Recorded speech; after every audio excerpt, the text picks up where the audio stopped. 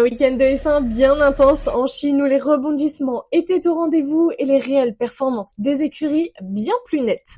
Ce week-end, c'était rendez-vous à Shanghai pour le premier week-end sprint de la saison sur un circuit de 4 km 451 qui a été resurfacé il y a peu, ce qui a été la grosse difficulté de ce week-end puisqu'il a fallu extrêmement bien gérer les pneumatiques avec notamment pas mal de graining. Mais pour autant, ce week-end, il nous a apporté quand même pas mal de points à analyser, pas mal d'informations sur les performances des pilotes, sur les performances des écuries.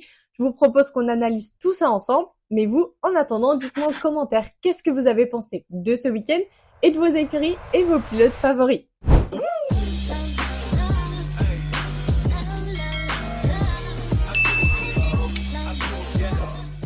Et on commence avec un pilote qui n'a pas eu beaucoup de chance ce week-end, Liam Lawson. La semaine dernière, je vous disais qu'il fallait vite qu'il se réveille, mais pour autant, il semble pas n'avoir beaucoup plus de chance ce week-end. Malgré des performances qui étaient assez prometteuses l'année dernière, il a encore une fois du mal à se montrer à la hauteur de ses attentes cette fois-ci, se qualifiant même 2 fois 20e. Au volant d'une Red Bull, c'est quand même assez compliqué. On le sait, la voiture, elle a plus de potentiel. C'est dur pour lui à ce stade. On se demande si la pression ne commence pas à peser un peu trop sur ses épaules. À cela s'ajoutent en plus des rumeurs sur un remplacement après le Grand Prix du Japon de la part d'Helmut Marko qui ne semble pas s'être adouci, à vérifier dans les prochaines semaines. Mais 3 Grands Prix pour exprimer un potentiel, surtout quand on est sous pression, c'est vraiment pas grand-chose. La situation, elle reste quand même compliquée puisque si Red Bull décide de le remplacer, il va falloir choisir par qui. Le choix le plus logique paraissant être Tsunoda, c'est toujours pareil. Est-ce qu'il sera à la hauteur? Ça, on n'en est absolument pas certain. Autant il a été performant et il est performant dans la Racing Bull, mais être dans la Red Bull, c'est tout autre chose. Hadjar, ça semble être un petit peu trop tôt. La décision chez Red Bull, dans tous les cas, c'est forcément une prise de risque énorme pour eux parce qu'ils semblent de toute façon ne pas trouver un pilote qui est à la hauteur de cette seconde place dans l'écurie. Alors n'hésitez pas à me dire en commentaire si vous remplaceriez Lawson, mais surtout par qui, pourquoi et quand. Je pense que chez Red Bull, ça va commencer à cogiter un petit peu. Un autre point intéressant de ce week-end, Antonelli, il commence à bien faire parler de lui en Formule 1. Il a pu montrer ce week-end qu'il n'est absolument pas à la traîne par rapport à son coéquipier George Russell ou par rapport aux autres rookies au vu de son âge. C'est la question qu'on avait notamment la saison dernière quand il a été annoncé comme titulaire chez Mercedes. Là, il montre clairement que son potentiel est bien réel et qu'il va falloir compter sur lui sur cette saison. Étant actuellement placé 5e au championnat, il devance des pilotes très expérimenté, notamment Leclerc. Je pense qu'il va falloir clairement surveiller ses performances et compter sur lui pour cette saison parce qu'il semble bien dans sa tête et bien dans la voiture et ça aide avec les performances. Étant même dans les points sur les 2 premiers Grands Prix, il colle aux performances de son coéquipier, George Russell. Le prochain point marquant de ce week-end, c'est forcément les Ferrari avec un rythme qui était un peu meilleur sur ce week-end. La voiture semble être plus performante, en tout cas, il y a plus de promesses de ce côté-là. Avec les 2 pilotes qui se battent pour chaque position, Hamilton remportant même sa première victoire en rouge sur la course sprint avec une très bonne gestion de course. Il manage très bien ses pneumatiques et ça a clairement fait la différence, notamment face à Verstappen. Mais attention, le week-end se termine pas forcément d'une bonne manière pour eux puisqu'on l'a appris après la course. Les 2 voitures sont disqualifiées. Le règlement technique étant très clair, l'inspection a eu lieu. Leclerc a une voiture qui n'est pas au poids de 800 grammes et Hamilton a un fond plat qui est trop fin de 3 fois rien, mais c'est le règlement, les 2 voitures sont disqualifiées.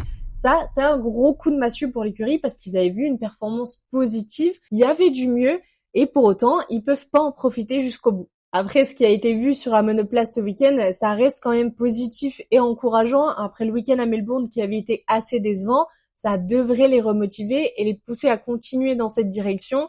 C'est vrai que ça reste quand même assez mitigé avec des émotions qui sont très contradictoires entre le samedi et le dimanche.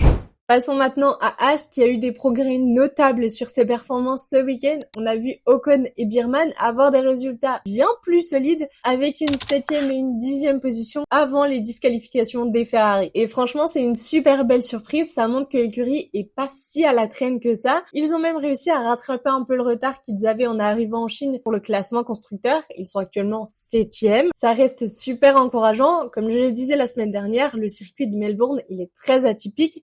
Donc ce qu'on a vu ce week-end pour cette Haas, ça semble se rapprocher un peu plus des réelles performances de la voiture. Et je vais pas vous mentir, après ce week-end, moi il me reste une seule question en tête. Comment la saison va-t-elle se passer chez McLaren? Alors c'est vrai qu'ils ont un peu un problème de riche avec deux pilotes qui sont extrêmement performants, une voiture qui semble être la meilleure du plateau. Ils ont fait un gros bond en avant cette saison. Lando et Oscar ont montré qu'ils sont notamment compétitifs, mais qu'ils pourraient bien être des prétendants à la bataille pour le titre. Le souci c'est que les deux pilotes étant très en forme avec des performances solides sur chaque course, ça pourrait vraiment devenir un gros défi pour l'écurie parce qu'il va falloir gérer la rivalité en interne en sachant quand privilégier l'un ou l'autre selon les circonstances. Il faudra parfois prendre des décisions qui sont difficiles pour équilibrer la lutte interne sans nuire aux performances globales de l'équipe et décider qui privilégier, ça risque d'être assez compliqué. Honnêtement, je me demande si ça va pas créer des tensions avec le temps. De toute façon, ce week-end, la question s'est pas posée puisque Piastri était bien devant Norris qui semblait même presque parfois être en difficulté. Pour conclure, je pense qu'il y a une seule chose dont on peut être certain, c'est que si McLaren arrive à bien gérer la situation, ils seront inarrêtables et le titre sera très très proche. Mais pour autant, la situation risque d'être difficile à manager. Dites-moi ce que vous en pensez, mais pour moi, ça posera forcément souci à un moment donné ou à un autre. Et enfin, le dernier point que je voudrais aborder avec vous aujourd'hui, c'est la hiérarchie des équipes sur cette saison. Je trouve que c'est de plus en plus flou, on savait que ça allait être extrêmement serré, mais là pour autant je trouve que c'est de plus en plus compliqué d'établir un ordre de hiérarchie. On a vu des batailles acharnées entre les différentes équipes sur le devant de la course ou plus en arrière, avec même des batailles autour de la 15e place en sprint, avec des équipes qui arrivent à tirer des performances incroyables de leur voiture à des moments clés et presque à tour de rôle. Mais cette incertitude sur les performances exactes de chaque écurie, ça rend quand même difficile toute prédiction, les caractéristiques des circuits, les stratégies, les places sur la grille étant plus importants que jamais. Et c'est ça qui rend la saison super intéressante, c'est que d'un week-end à un autre, tout peut basculer. Une écurie qui semblait à la traîne peut se révéler et inversement, alors qu'on avait tendance à regarder plutôt le haut de classement les saisons dernières, là il va falloir avoir des yeux absolument partout et être à l'affût des améliorations qui sont apportées parce que chaque détail va vraiment avoir son importance. En résumé, ce week-end de F1 en Chine, il a été riche en émotions et en rebondissements, en passant de Lawson qui peine à s'imposer, Ferrari qui perd une belle occasion, Haas qui commence à se montrer ou encore Antonelli qui confirme, la saison 2025 et ses promesses commencent à clairement se dessiner. Alors de votre côté, n'oubliez pas de me dire en commentaire ce que vous avez pensé du week-end, mais surtout, est-ce que vous serez présent au Japon dans plus d'une semaine maintenant? Et si vous avez aimé cette analyse, n'oubliez pas de la liker et de vous abonner pour ne rien manquer des prochaines vidéos de la saison. Nous, on se retrouve très vite. En attendant, prenez soin de vous. Bisous!